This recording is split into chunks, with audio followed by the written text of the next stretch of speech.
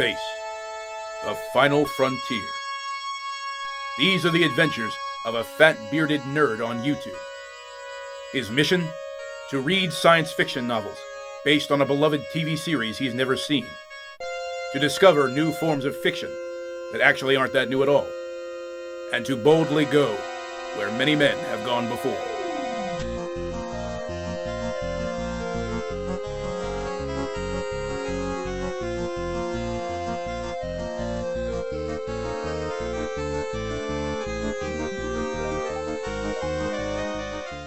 Hello there, fellow travelers. Tim from Secret Fire Books here to talk about more Star Trek books. Yes, indeed, I'm still slowly being engulfed by the massive Star Trek franchise that I gingerly dipped my toes into last year, and I'm enjoying every bit of it. But before I get into any of that, I want to make a quick shout out to a friend of mine, Nick from the Book Graveyard, for sending me this awesome The Book Graveyard t-shirt. I don't know if you can tell, there's a bunch of little Easter eggs, little references to books that he's covered on his channel. It is awesome. There, it has the Book Graveyard logo up and down the sleeves. It's meant to kind of resemble an old hardcore punk or grindcore band shirt, which I think is awesome. And if you think it's awesome, please go ahead and buy one of these. Nick has them up for sale on his website, streetlightprinting.com. So support Nick, support his business, and support his channel, because he definitely deserves it. I love this shirt. This is like one of my new favorite t-shirts. So thanks again, Nick. You're awesome. Love you, man. On to the subject of today's review. I have a couple of Star Trek books by James Blish. Now, these are collections of short stories based on Star Trek, the original series episodes. These were written by James Blish in the late 60s and early 70s when Star Trek was starting to gain more popularity at the time. And Bantam Books, which published these, they wanted their own slice of the Star Trek pie, and so they commissioned James Blish to write them. They paid him $2,000 per volume, which is no small paycheck. So he wrote 12 of these, and I have 4 of them, but today we're going to be focusing on the 2 that I read, Star Trek 2 and Star Trek 6. So I'll be going over each of the stories in these and giving you my thoughts. And the ones in Star Trek 2, I have actually watched the actual original series episodes that go with them. By the time I started reading Star Trek 6, Christmas had already come and gone, and one of my Christmas presents was actually the complete series of Star Trek, the original series, on Blu-ray. So the stories in this volume are from later in the series, so I don't want to get too ahead of myself. So I'm just very slowly making it through Season 1 right now, and I'll get to those eventually. So the episodes I'll be talking about will be the ones included in this one, Star Trek 2. Now, I say that these stories are based off of the original series, but in fact, they were actually based off of the screenplays for each of those episodes. And James Blish never actually watched the Star Trek TV show. He was going purely off of the scripts that Bantam Books gave him. And I did not know this until reading these books and watching the original series episodes. But apparently, Star Trek had a lot of really good contemporary science fiction writers on the writing staff at the time. Really big, heavy hitters from the time period, like Harlan Ellison and Robert Bloch, were writing Star Trek episodes. I think that's awesome. It really lends a bit of legitimacy to these stories as science fiction. But the adaptations, as written by James Blish, are kind of interesting because James Blish has a very fast-paced writing style, almost a little too fast-paced. I've never read any of his other stuff before this. I might have 1 or 2 of his books in my science fiction collection. I'm not sure. I haven't gone through it in a while, so I'm not totally sure. But I've never read any of his stuff before this, so I don't know if this is the case with all of his books. But in these, his writing style is lightning fast. It's very, very simple, bare bones prose that really gets into the action and doesn't let up until the story is over. And I think that's really the only bad thing that I can say about these, is that they're just written very quickly, a little too quickly. They seem kind of clipped and truncated. He doesn't really allow for any detailed descriptions. He doesn't let the reader sit and take in what's going on. He just puts down what needs to be known for each scene, and then immediately moves on to the next scene. So I think, if anything, the stories could have benefited from a little bit more embellishment, a little bit more of fleshing out of the scenes and the characters and stuff like that. But that's obviously not what these books were written for. At the end of the day, these were cash grabs by Bantam Books to get some money from Star Trek. And obviously James Blish wanted his money that they were going to give him, so he was going to write these at a lightning fast pace. But yeah, that's really the only complaint I have about these books. So moving on to the short stories. The first story in Star Trek II is Arena. Now, before I even went into this, I knew Arena. I had never seen the episode before, but it's one of those ubiquitous things that if you grow up in the United States, you know what the Star Trek episode Arena looks like. Everyone knows the imagery of Captain Kirk fighting a lizard man in the middle of a rocky desert. That's just a ubiquitous, iconic image.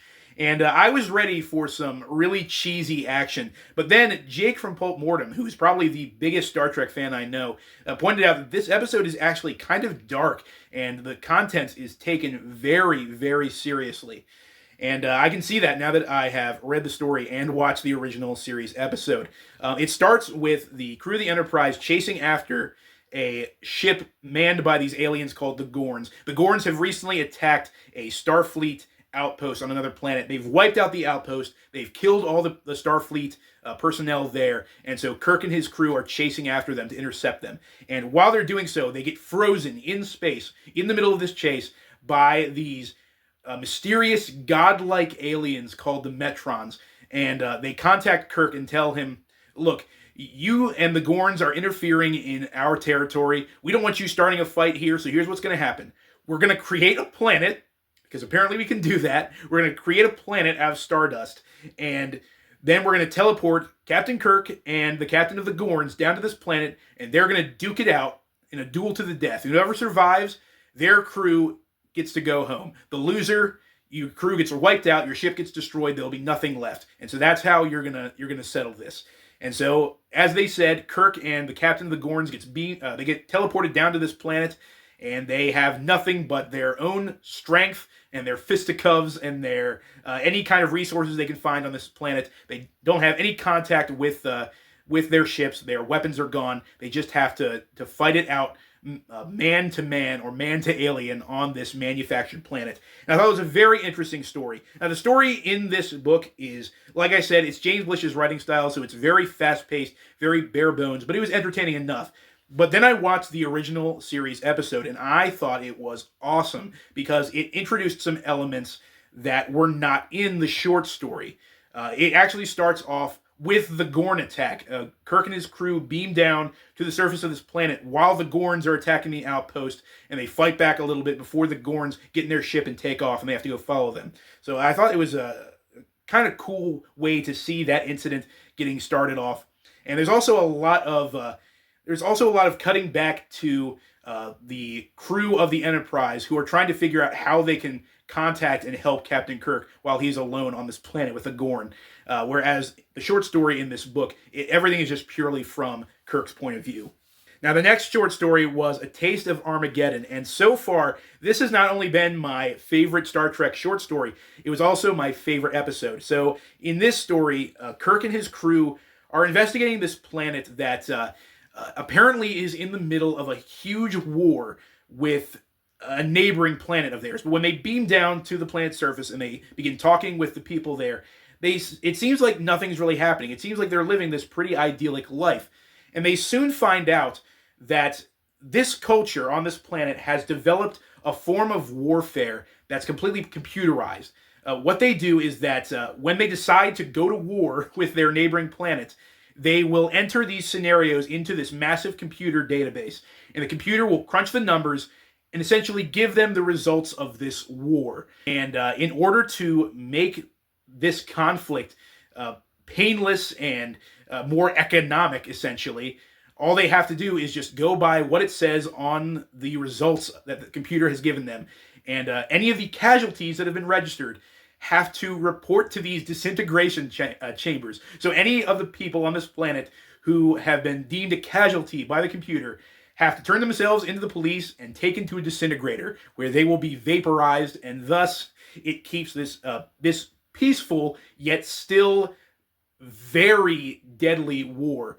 And essentially, they have no reason to stop going to war with each other because they've made it very economic, very painless. And while Kirk and his crew are down there, the aliens tell them, by the way, we've just had an attack, and you and your crew have been registered as casualties. So we're going to take your weapons, we're going to put you in this jail cell, and you will wait to report to this disintegration chambers. And so now Kirk and his crew have to figure out how to get out of the situation, and if they can, fix it so that this planet will not have to go to war with their neighbors anymore. And I thought it was a really, really great bit of moral quandary for them to figure out. And Spock gets a lot of time to shine in this episode. He gets to show off his Vulcan nerve pinch, which knocks people out immediately. I thought that was hilarious.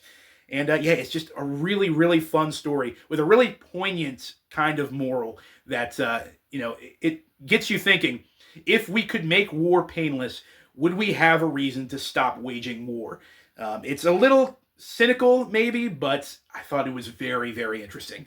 Then there's Tomorrow is Yesterday. I didn't really like this one. This is a time travel story in which the Enterprise gets stuck in the past, in the 1960s, I believe, and somehow this American fighter pilot gets beamed aboard the Enterprise, and they have to figure out a way to get him back home, and also how to get themselves back to the future without disrupting the space-time continuum. And it was just kind of boring. I didn't really like it. The episode I thought was even worse, though. It's very, very boring. A lot of long, drawn-out scenes that don't really go anywhere. The logic kind of works its way in circles, and it works out in the end, but I just did not enjoy it. But the next one is Errand of Mercy. I thought this story was really cool. This is a story in which Kirk and Spock go down to this planet that is in danger of being attacked by the Klingons. Apparently, this was the first story in the entire series where the Klingons were introduced. And they're this fairly antagonistic force in this story. But apparently, in future Star Trek series, they have joined the Federation of Planets, or at least made peace with them. And there are friendly Klingons in the Star Trek franchise that I know about. But it was cool seeing how they were introduced to the franchise in this. And so... Spur. Oh no, that's not what I meant. Oh, Spock and Kirk. They're down on this planet, and it seems like the people there who live in this kind of low-tech agrarian lifestyle are just kind of okay with the Klingons being there. They're just kind of okay with their planet being invaded, and so Spock and Kirk have to. They kind of take it upon themselves to defend these people from the Klingons and figure out a way to get the Klingons off their planet. And there's a lot of really cool scenes between Kirk and the Klingon leader. I forget what his name is, but they have a lot of good banter between each other. There's some cool action scenes. It was a really, really fun story, and I thought the episode was even better. Both that episode and Taste of Armageddon go back and forth between... the away team and the Enterprise. And when you get the scenes on the Enterprise, you actually get to see what goes on there when the first two officers, Spock and Kirk, are away. And you see how the dynamic kind of changes on the ship. And it was in these episodes where I really got to see what kind of character Montgomery Scott is. I didn't really get to see much of his character in the novels that I'd read or any of the other stories up until this point. And I really like Scotty as a character. You know, I think that most people just know him as the crazy, erratic engineer guy who screams, "I'm giving it all she's got, Captain!" But that's not how he is all the time. He's this actually very level-headed guy who, when he's put in the position of command when the other officers are away on a mission, he's very level-headed, and he has to be very realistic about things. And he's a very cool character. He's very loyal to his crew and to Captain Kirk, so I thought that was awesome. Next was Court Martial, which I've learned is the first of many courtroom drama episodes that apparently a lot of Star Trek fans really enjoy. In this, Captain Kirk is essentially accused of murdering a crew member. The evidence is really stacked against him. It seems like he had this checkered past with this crew member, and he tries to defend himself. The crew of the Enterprise tries to vouch for him, but there's really nothing they can do. It seems like they're way in over their head, and the prosecution is relentless. And I don't know. I kind of like this story. I didn't really like the short story. It was kind of boring. I enjoyed the episode a lot more.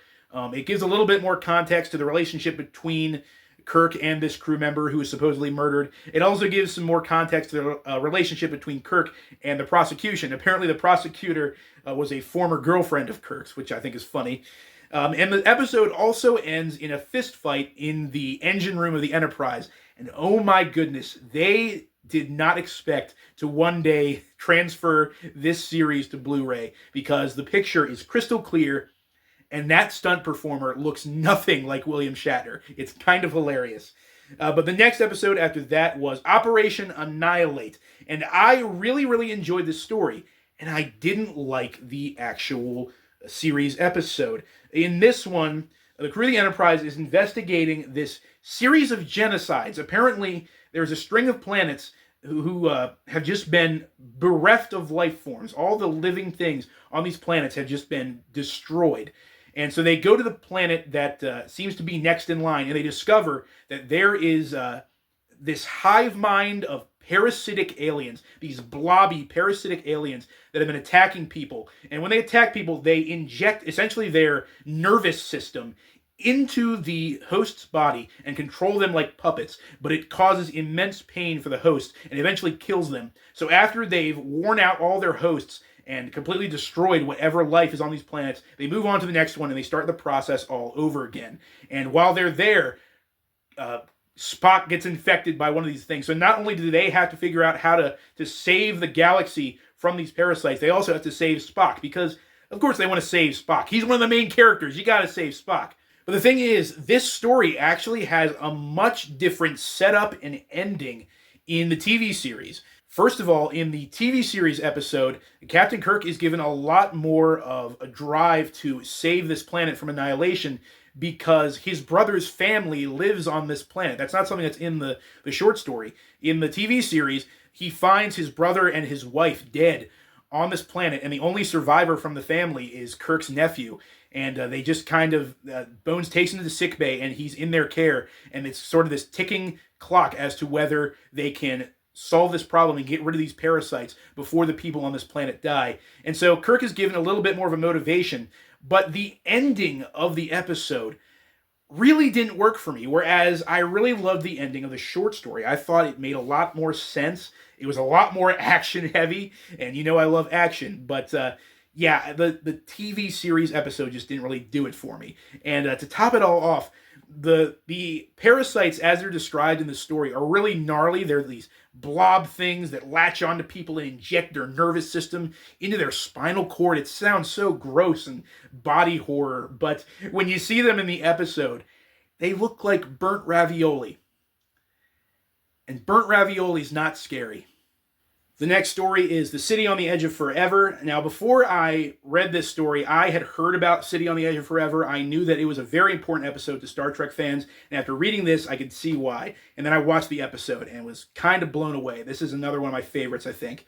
But in this episode, it starts with Dr. Bones McCoy accidentally injecting himself with this drug that essentially drives him crazy. And so he beams himself down to the surface of this planet. The away team takes off after him. And when they find him, he's hanging around a time portal. Don't know why there's a time portal on this planet, but there is. And he runs through, and whatever he does in the past disturbs the space-time continuum. So the Enterprise is no longer there. And so in order to set things right, Kirk and Spock take off into the time portal, and they are flung back in time to 1930s New York, Depression-era New York. And while they're there searching for Bones, they decide to lay low at a soup kitchen. And wouldn't you know it, Kirk, being the ladies' man that he is, falls in love with the woman who runs the soup kitchen. But he finds out that whatever Dr. McCoy did in the past, it has to do with this woman. And whether or not this woman lives or dies will change the course of history. And so he has to come to terms with the fact that this woman, who he has fallen head over heels in love with, might have to die in order for the future to be preserved. And so it's a very tough episode, very heartbreaking kind of story. And I love the short story, but the episode was just, it was amazing. Two of the things I took away from this episode, first of all, the love interest, Kirk's love interest, this social worker, Edith Keeler, I believe her name is. She's described in the book as being She was simply dressed and not very pretty, but her voice was instantly arresting. And the funny thing is, if you've watched the episode, you know that this character was played by the actress Joan Collins. And if you know what Joan Collins looked like back in the 1960s, I mean, it's just not a fair description. I mean, come on. The other thing, though, is that DeForest Kelley, who plays Dr. McCoy, does an amazing job in this episode. I was blown away at how well he acts in this episode. I'm not a huge fan of Bones all that much. I think he's kind of a wet blanket most of the time. I don't like how he complains all the time, but he does an amazing job in this episode. While he's going crazy, they apply this like splotchy makeup to make him look like he's breaking out in some kind of rash. But the actor just goes all in. I'll drop a clip if I can to show just how ridiculous he is. Explain! Explain this trick!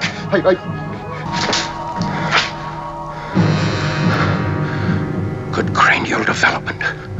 No doubt considerable human ancestry.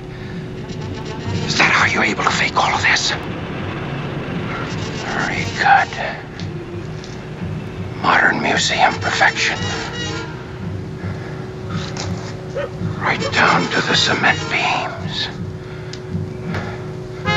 Very, very good. Oh, the pity. Just had to cut and sew people like garments. Needles and sutures. Oh, pity.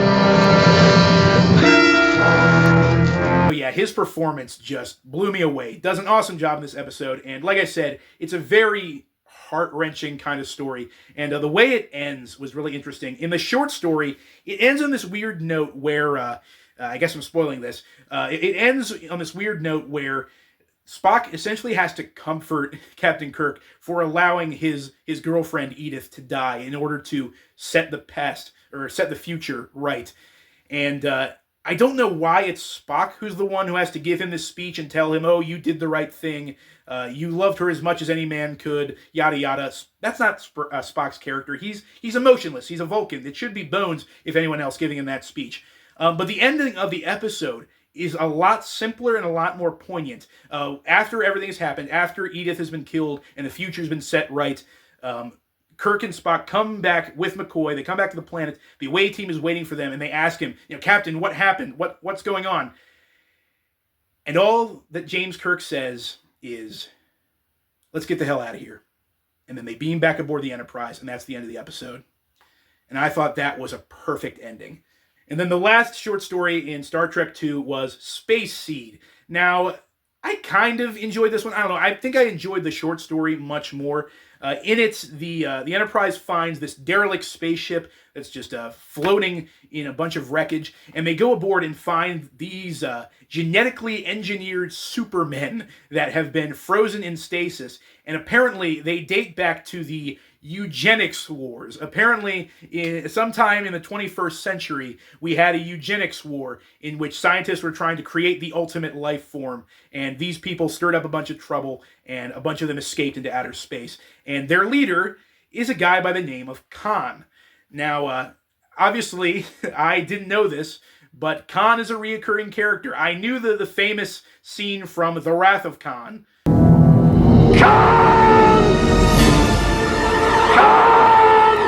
But I didn't know he was a reoccurring character in the Star Trek series. So it was cool seeing him show up in this story. The episode wasn't all that great. I thought it was kind of boring. There's a lot of focus on the romance between Khan and one of the members of the Enterprise, one of the officers. And it's just kind of boring. Their scenes go on for way too long.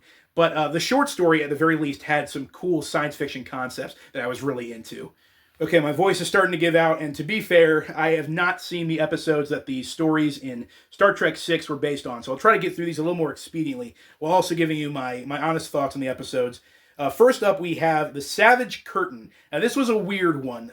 It's kind of like Arena, but the omnipowerful, godlike aliens that create this scenario are trying to, essentially they're performing a cosmic experiment. They want to see which is more powerful, good or evil. And so they create these perfect clones of different historical figures that to them represent good and evil, and they pit them against each other on this planet.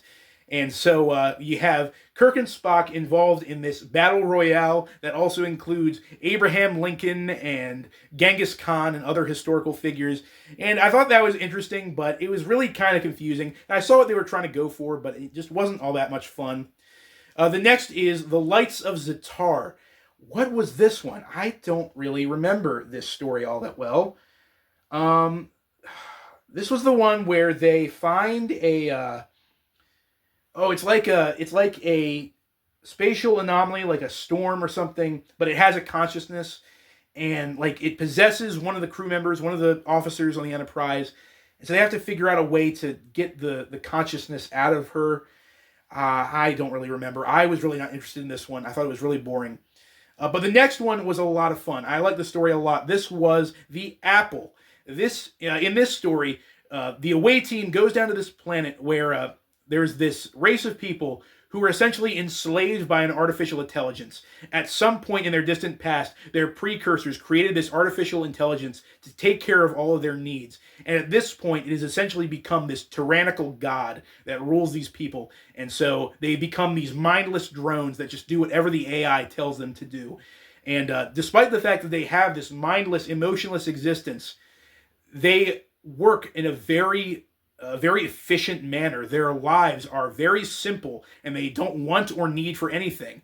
And once again, you have this prime directive kind of episode where the Enterprise has to decide what they're going to do with these people. Do they want to provide a better life for these people, but at the same time destroy everything their culture has ever known? Or do they want to leave them to their own devices and let them just be these mindless drones ordered around by this mega supercomputer? And they interject a few religious elements into this story. Obviously, it's called The Apple, so there's some parallels between the Enterprise influencing these people as well as Satan influencing the humans at the beginning of the Book of Genesis. It's some really interesting stuff. I really enjoyed that story. Next was By Any Other Name. I didn't like this one either. This is a story about another race of genetically engineered supermen who take over the Enterprise, and the crew has to figure out a way to shake them off and get rid of them. It was not a whole lot of fun. Then after that, we have the Cloud Miners. This one was kind of interesting.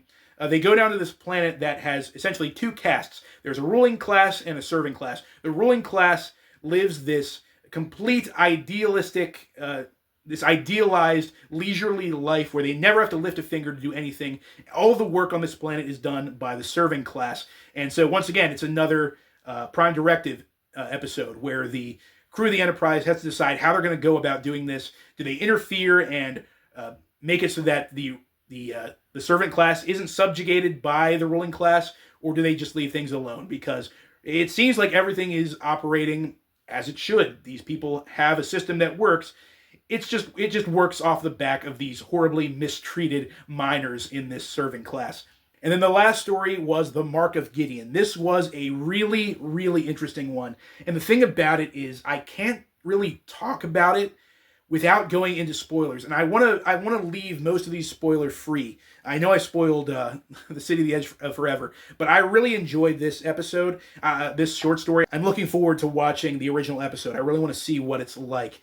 All I'll say is that Captain Kirk ends up on a version of the Enterprise that seems to be bereft of life. There are none of his friends, none of his crew members are on board the ship. It's just him and a mysterious woman who shows up out of nowhere. And that's all I'll say, because it was a really, really interesting, suspenseful story. And like I said, I'm excited to watch the episode that it was based on. But that's all for now, guys. Let me know in the comments, as usual. Have you read any of these? What did you think of them? What is your favorite Star Trek, the original series episode? Until next time, as always, farewell, keep reading, and live long and prosper.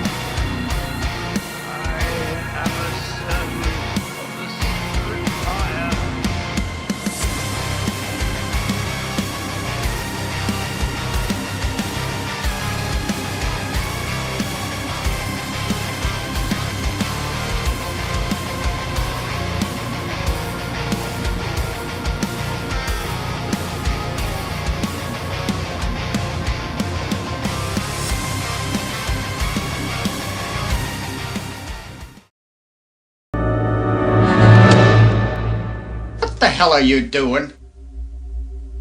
The Vulcan neck pinch? Oh, no, stupid. You got it much too high. It's down here where the shoulder meets the neck. Like this? Yeah.